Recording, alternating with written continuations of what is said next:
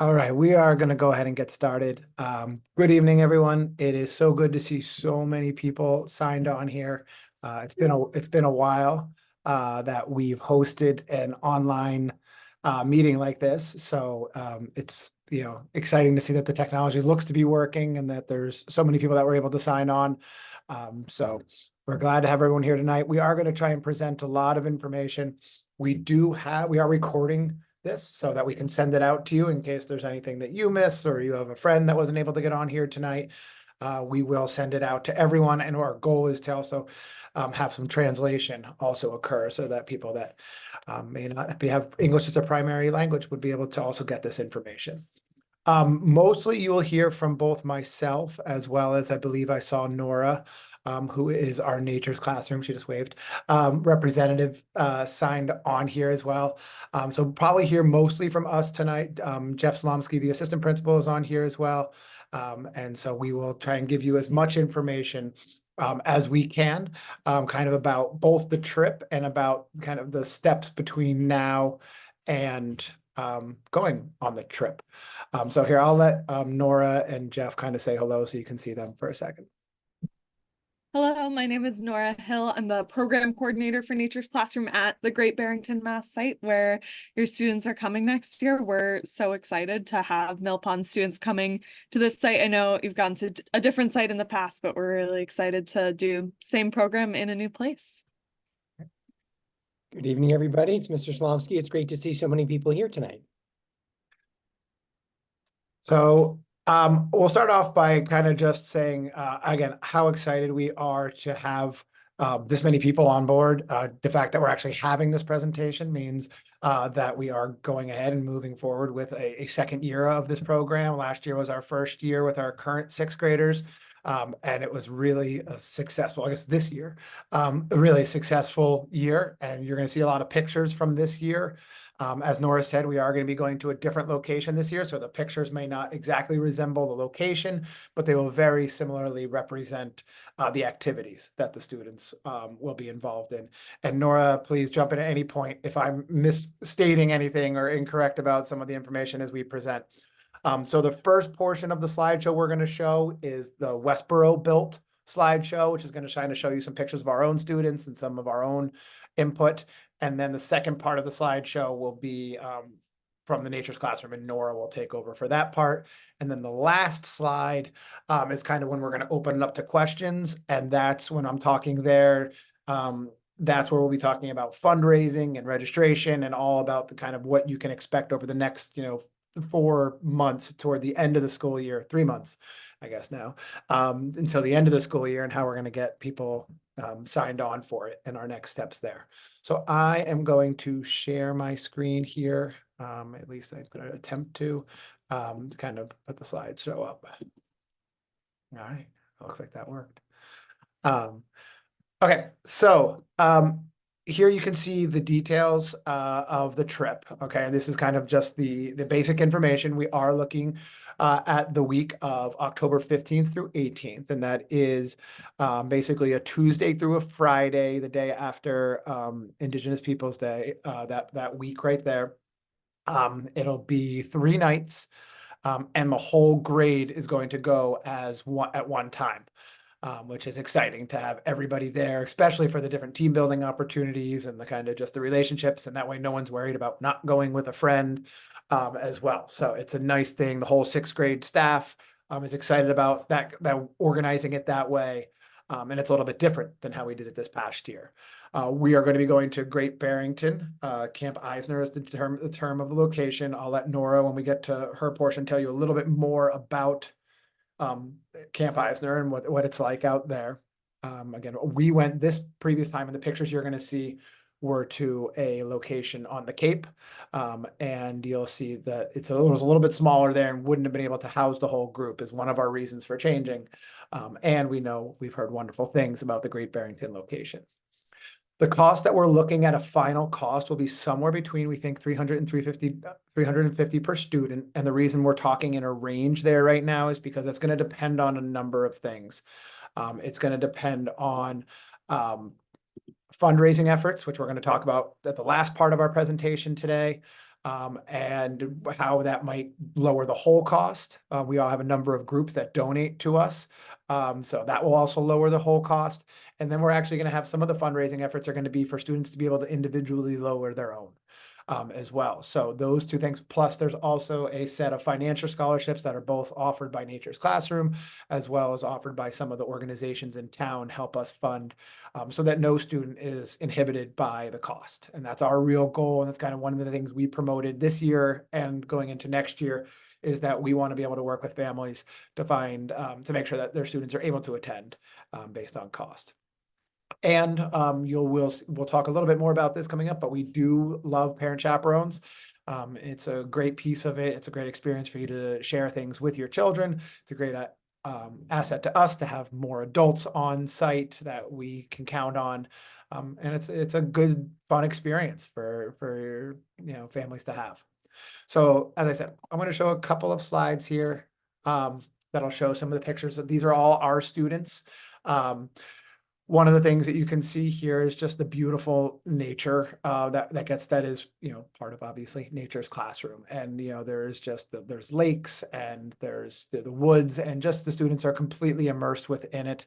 And it's pretty much from the onset when you get there that they get to experience these types of things. And it really is where they get to grow an appreciation and just a wonder about the natural world.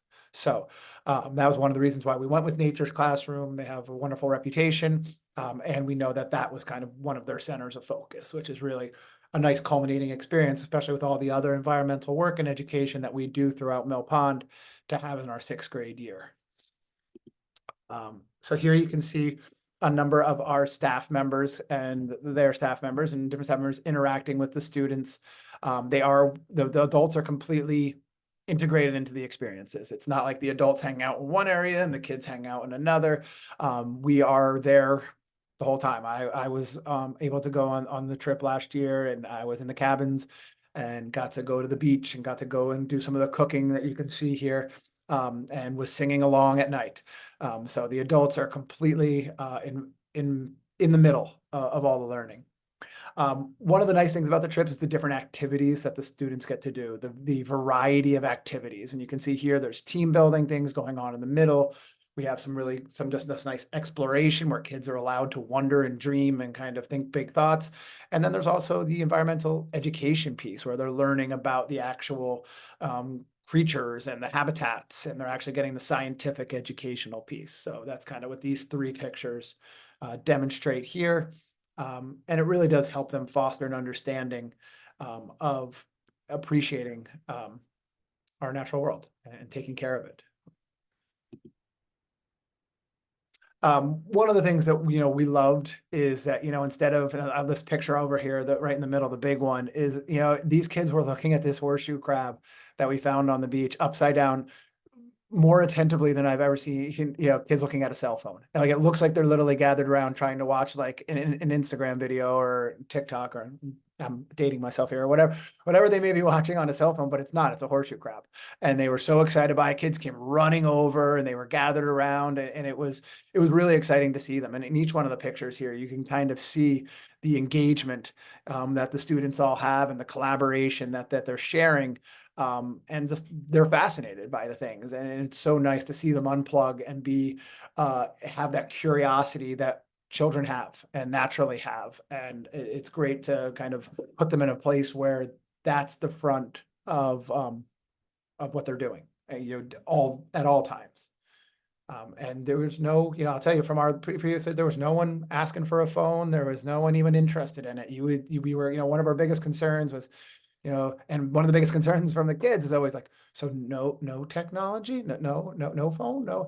And it never even came up. And that was never even a concern while we were there. And I think this is one of our final slides here, but really I think our 6th grade teachers would speak to this. The kind of the launching pad that this gave our 6th grade this year to talk and do so much of the work that they do throughout their year with their environmental learning really gave it a good kickstart, and it was a nice beginning to our year. And again, as the kids move up through Westboro Public Schools, and that being one of our foundational pillars, you really see it in this group of kids. And I think, you know, Nature's Classroom being in the beginning of their 6th grade year really does help, you know, build a foundation there. So that's one of the reasons we want to keep this trip going, and we hope to get as many of our current 5th graders, next year's 6th graders involved as we can. So that's we do have a couple testimonials here. I may pick 1 or 2 just to try and show you. These are students just talking a little bit about the trip. If they don't work, we may just skip past them. But let me give one a shot here. At Nature's Classroom, we get to take a field trip to the beach and explore the tide pools and the ocean. At the ocean, we get to look for hermit crabs and different shells and do scavenger hunts. It was a really fun experience with all of our friends. Try this one here. My favorite memories at Nature's Classroom is that I made worthwhile memories with my friends.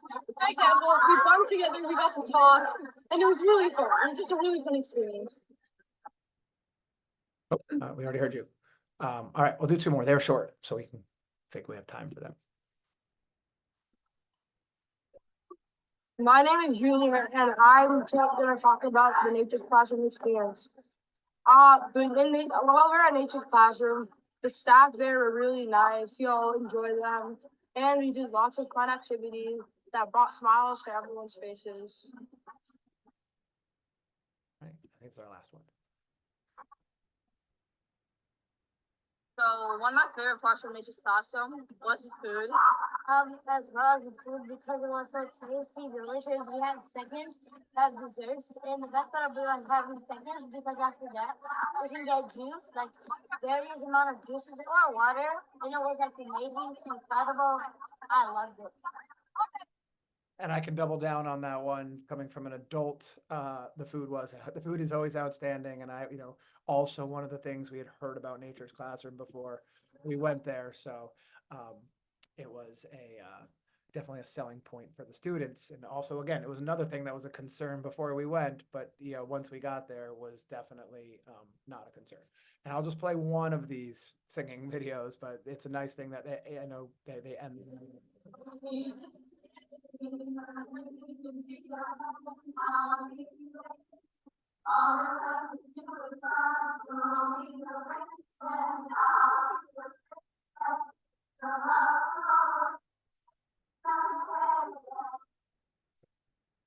You can see they're all singing, so it's fun. Sometimes it's where did the ball go? All right, so it's a great communal experience. I don't know if I really touched on that as much. I know one of the boys said it in the video, the bunking together, the eating together, the just being around other students is always such a great experience. So I'm going to hand it off to Nora for a little bit so that she can tell you a little bit more of kind of the details and the Nature's Classroom basics.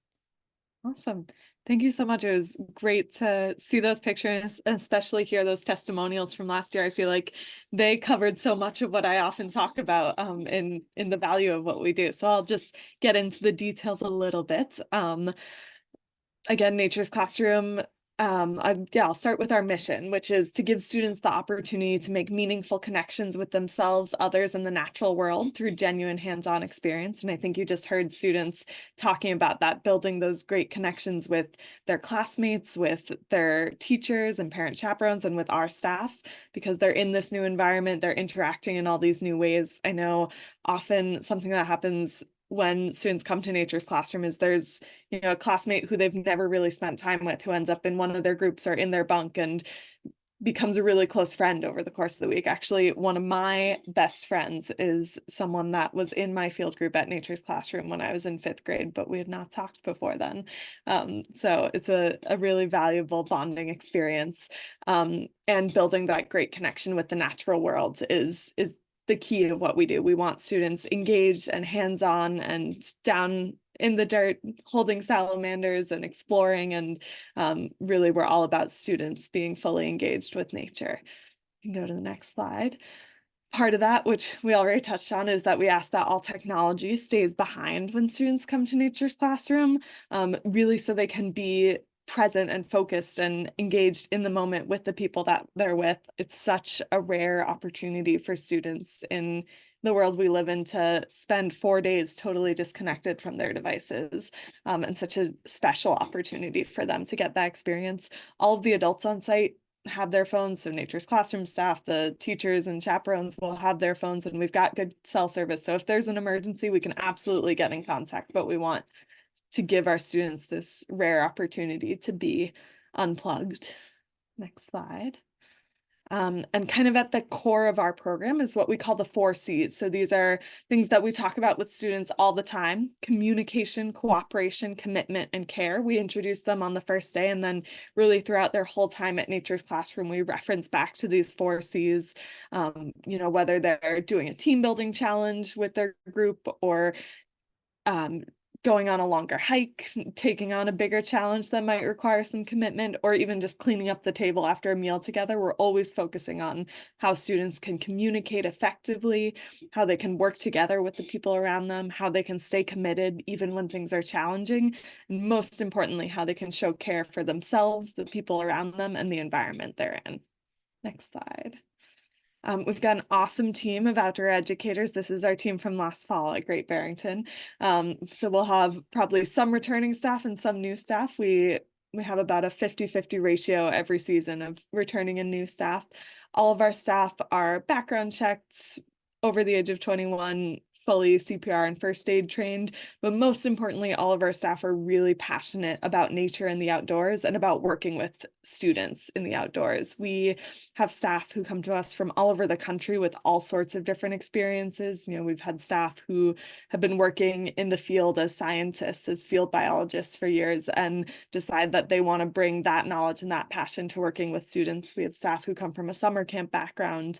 We have staff who are either preparing to or have come from working in the classroom, and all of them are passionate about being in this environment outdoors with kids and sharing their love of nature. Next slide.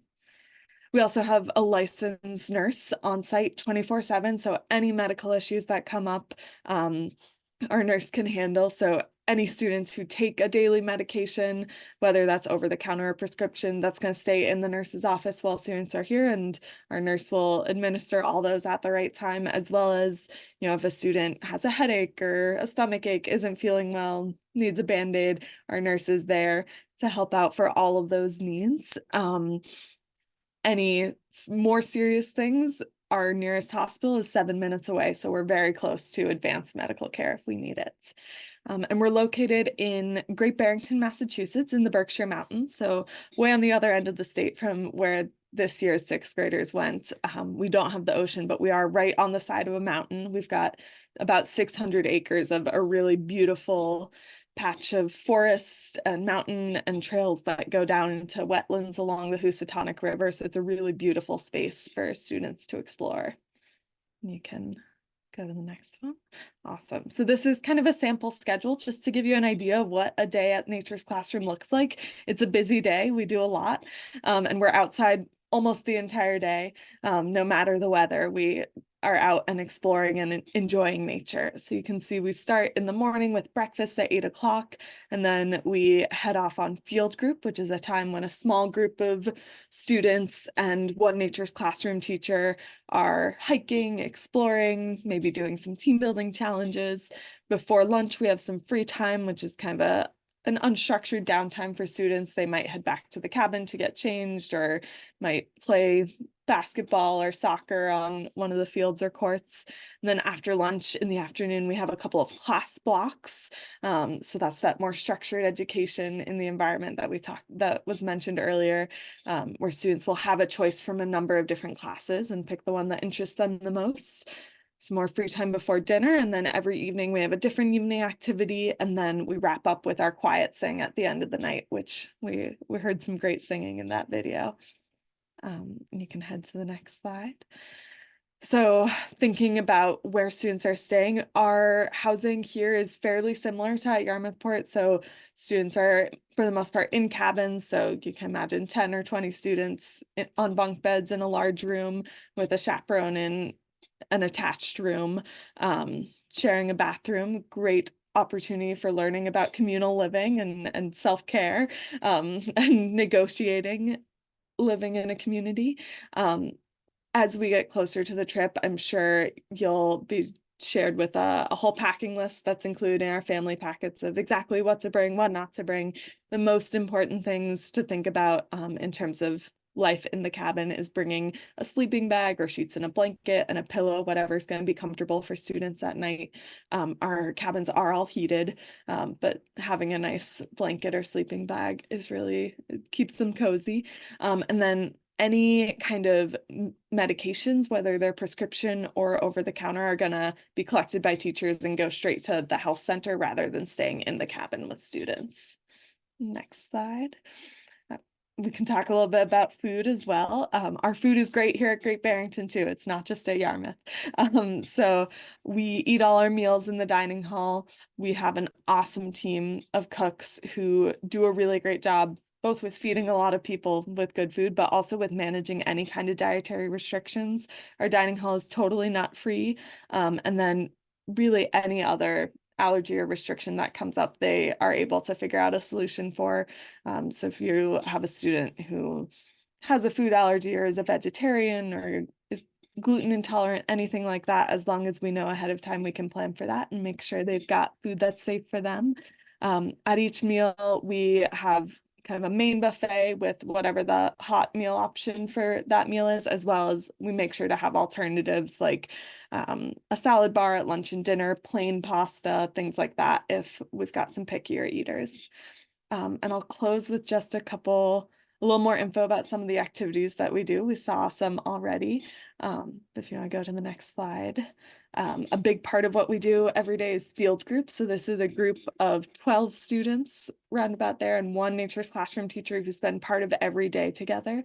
And field group is going to be a little bit different each day for each group because it's really a time when we let students kind of take the lead and decide what they as a group want to do with their field group time. So they might go on a longer hike up to our lookout point where you can see that great view down in the bottom right.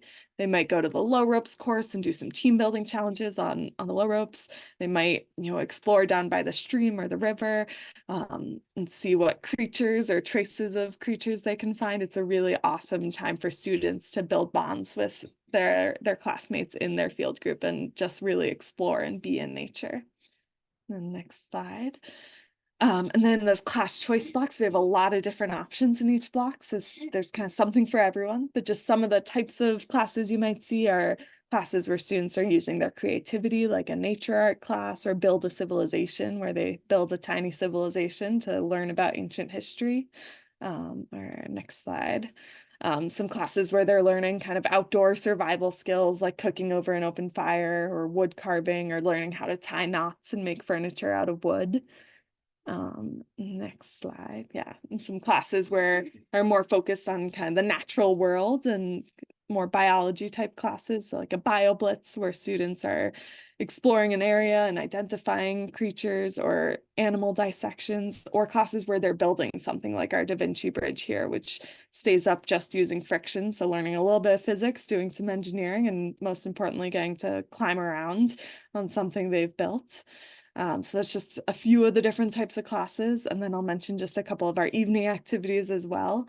I would say the thing that many people remember most clearly from their Nature's Classroom experience is what we call night experience. And that's a time when students head out with their field group after dinner as the sun's going down with no artificial light, and really get to experience the night and learn about vision and how our eyes work and about the creatures that only come out at night in a really amazing way, in a way that we so rarely get to do as people who live in a very lit up world. So students might do some experiments or do some stargazing or just see what creatures they can see and hear around in this time when we're usually not out.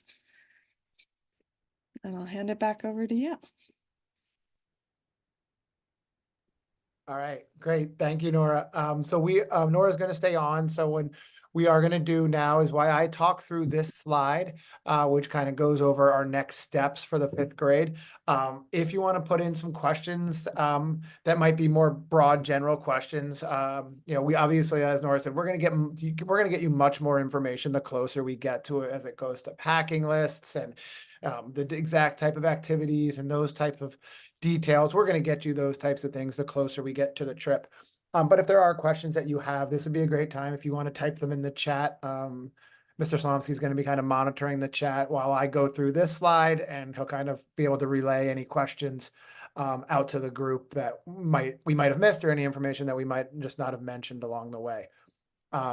So let me talk a little bit about our fundraising. So that's one of the reasons why we're starting this in March and talking now, is because we do want to have a good amount of fundraising ahead of time. We've already started talking with some of the parent group and some other people around events that we can specifically plan that will earmark money towards lowering the cost as I mentioned earlier, as the entire general cost, as well as an activities that students can do fundraise on, and so that they can lower their individual costs. So right now we are looking at an event in May that'll be on one of the half days in May that the 5th graders will take part in, and it's going to be a fun run type of activity, but probably have more than just a fun run involved in it, where they might be able to do a couple of different activities, and they'll be able to get sponsors. So they'll be able to go around, so similar to as you would for a fun run, where you get people to sponsor you to run, they would get people to sponsor them for their activities. And so we would do this in the morning at school on that Friday, and then that Friday evening, we would actually have what we're thinking of having a movie night.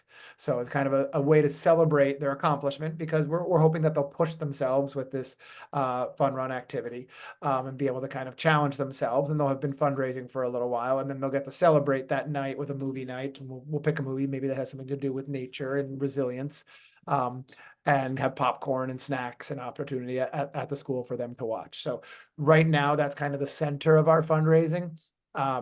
What we're hoping is that with that sponsor piece, with that donation piece, what we would do is do a 50-50 split. So for instance, let's say a student gets $100 in sponsors, $50 of that would go to the general pool of lowering the overall cost, and $50 of that would go to lowering their own cost.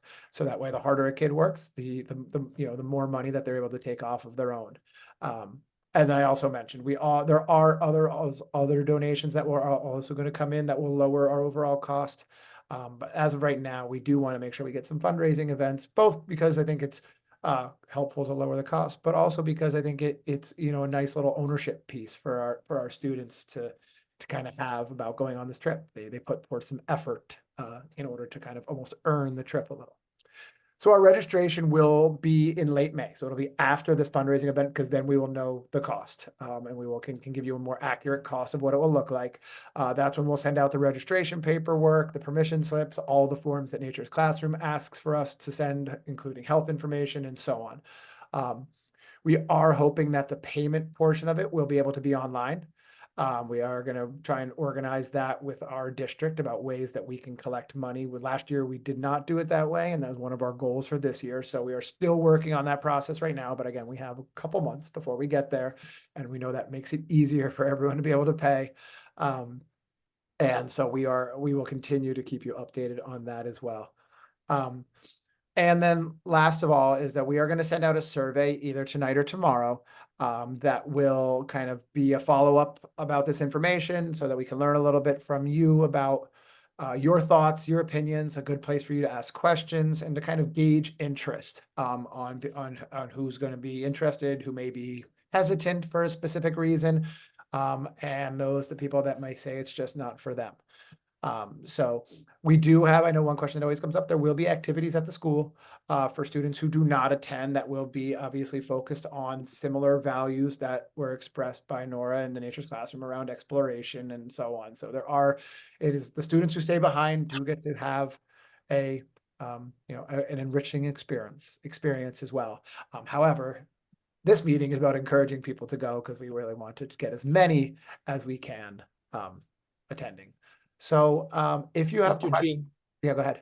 I was just gonna add one thing about that survey. That is not any kind of commitment. It's just for us to get an early read on what you might be thinking about your child's attending. So don't worry about committing or not committing either way.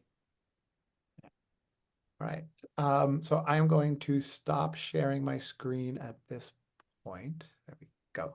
Probably just got a larger me in front of you. I mean, I don't see any questions coming through at this time. Oh, maybe I do. Parents, Great. a ratio. So our ratio, and I heard Nora say that the field groups are usually a 1 to 12 as far as their staff. We usually aim for the same 1 to 10 or 1 to 12 from our staff. I think that's what they ask us for, which then kind of gives you an overall adult ratio of really 1 to every 6 students. And we're usually, I think that in this past year, we were right in that area around a 1 to 6 ratio of adults to kids. And it really does depend on the number of parent chaperones that may be in attendance at any given time. But we're usually just a little bit above that, that number, or below, whichever way you're thinking of it, a little bit. So yeah, usually 1 to 5, 1 to 6 total adults to kids. Does that sound about right, Nora? Yep.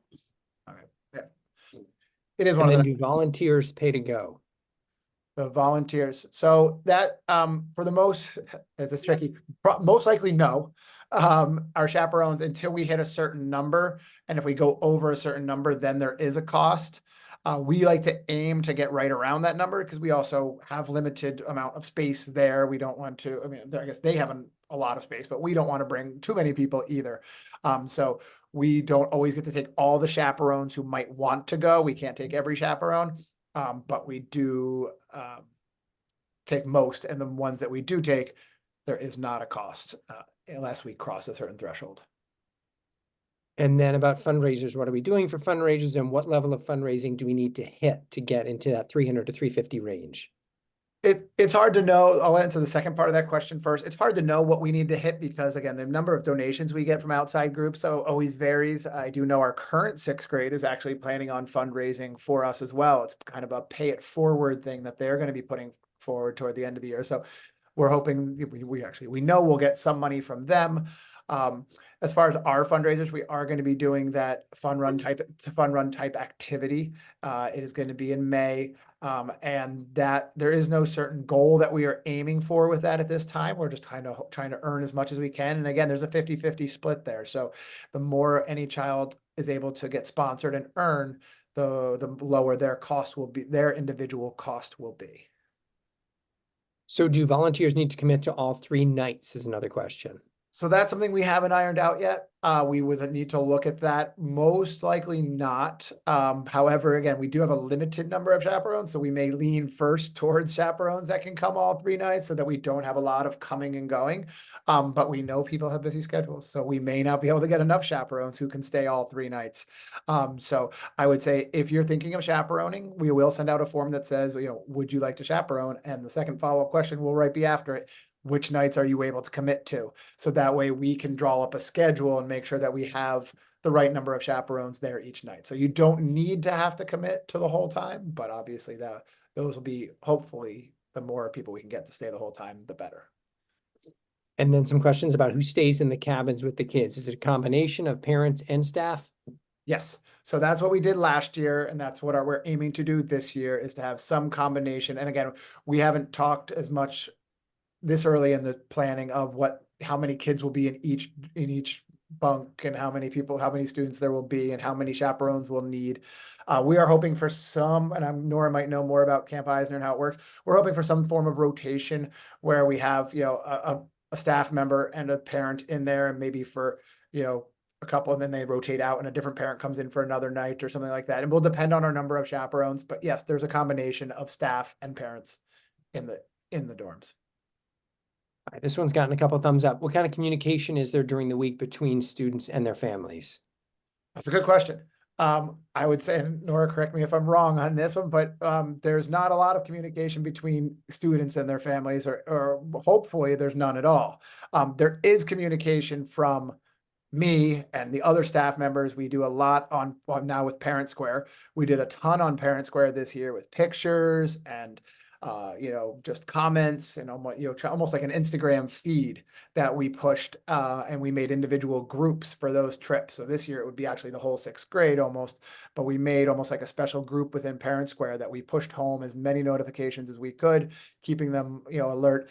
And then if they're obviously I will share my cell phone number before we go and other direct contacts. So if you ever needed to contact someone who was there, you would have a direct line to them, you know, within minutes. So if communication is needed, it's there, but we try to, you know, not have as much communication between families and home and kind of let them be a growing experience for them. Question about sickness. What if a student falls sick just before the trip or during the camp trip?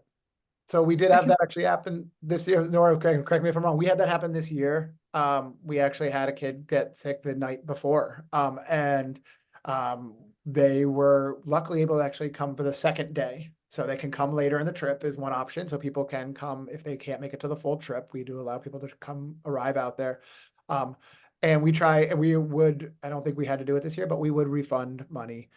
We either do it on our own or we work with Nature's Classroom. That's kind of the behind the scenes stuff that we handle. But if a child doesn't come, the money is returned. Yeah, and just to add to that, our policy is pretty similar to school. I'd imagine if a student, like once a student has been fever free and not throwing up for 24 hours, they're welcome to be here. So the student, you know, wakes up on Monday morning feeling sick, but then by Tuesday they're feeling better, or Wednesday they can come out and join. And we only charge for the days that they were actually on site. And if a kid falls sick while they're there, we either find a way to get them home or have you come pick them up. We can work with the family on what is accessible to them if the kid does get very sick while they're there. Other questions? Is that all of them, Jeff? Do we hit most? Questions I see. I know a popular one at lunch today was, who do I stay with in my cabin? So that's something that I can tell you how we did it this year, and most likely we'll kind of go down the same road again. Is what we do is we configure the cabins. However, we do take a interest survey, or if you will, from the students, and they get to list some of their bunkmates that they would prefer. We tell them that they will at least be guaranteed at least one of the names that they put down, and that we would hope to get them as many as they on their sheet as we can. And we kind of get preferences from them. We do it during homeroom one day, but we tell them, you know, when it's coming so that they can think about it, but we don't send the sheets home. So it's like a negotiation that you put me, and so on like that. So we do it, and we are very thoughtful. We bring our counselors in on it. We bring the teachers in on it. We do want them to have a fun experience. We know that's a large part of it is who they get to bunk with. However, I will say they don't spend a lot of time in their bunks. So there was a lot of worry about who's in my bunk and who's in my bunk. And then they're actually not there very much because we're out doing stuff the whole time. So, and they get shuffled up with different students during the trip, both at eating and in their field groups and so on. So bunking is always the one that the kids think about the most, but a lot of the time in the bunk is just sleeping. All right. The chaperones. Yeah, how does the chaperone staff gender align with bunk chaperone gender? Yeah, so we do align them with the chaperone. So for instance, I had a cabin of 22 boys in mine, and there were female cabins as well. So they're separated by gender, yes, and the chaperones match them. These are great questions. All right. Well, again, we are really excited about this opportunity. If you have more questions, we are going to send out a survey, so please use that. Please, I guess this meeting is kind of starting the excitement. So please talk with friends. I saw that we had around 130, 120, somewhere in that range by the time we were in the middle of this. So that's 120 people that we can hope talk to each other and share with other people that weren't able to attend.